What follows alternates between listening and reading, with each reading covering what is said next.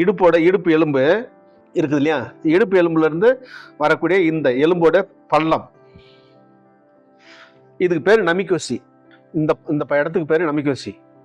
இந்த நமிகோசின்னு பேர் வர்றதுக்கு காரணம் என்ன அப்படின்னா, ஜப்பான்ல ஒரு வர்ம மருத்துவர், நம்மள வர்ம மருத்துவம்னு சொல்லுவோம்ல, அங்க வந்து ஹம்மான்னு ஒரு வைத்திய முறை இருக்கு, ப்ரெஷர் கொடுக்குற மெத்தட் எங்க ஜப்பான்ல.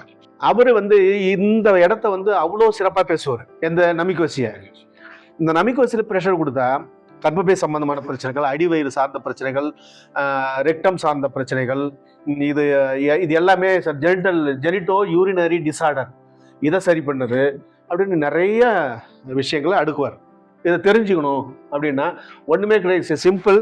இதுல நீங்க ப்ரெஷர் கொடுத்து ஃபேர்ம் ப்ரெஷர், நிலையான அழுத்தம் கொடுத்து இப்படி அழுத்தினீங்க உடனே இங்கிருந்து எனர்ஜி ஸ்ப்ரெட் ஆகும். ஆமா, பிரியும், அது கட்டாயம் போகும். பாஸ் ஆகுதா? பாஸ் ஆகுது. ரைட். நம்ம ப்ரெஷர் வந்து கொஞ்சம் கூடுதலா கொடுத்தா கட்டாயம் பாஸ் ஆகும். அப்ப கீழே வரையிலும் பாஸ் ஆகும். அப்ப என்ன சொன்னது நமிகேசி, அவர் சொன்னது சரி, ஆமா, கரெக்டானது. அப்ப இதுல ஆற்றல் ஓட்டங்கள் தடை ஏற்பட்டுனா உங்களுக்கு பெல்விக் கேவிட்டில முழுவதும் உள்ள பிரச்சனையை அது சார்ந்த பிரச்சனைகள் உண்டு பண்ணும். ஏன் அப்படின்னா இடநாடி பிங்கல் நாடி இதில் தான் ஸ்டார்ட் ஆகுது. ஆனா மூன்றாவது பிரிவு மட்டும் என்ன பண்ண எதனோடும் கிராஸ் பண்ணாம நேரா வருது.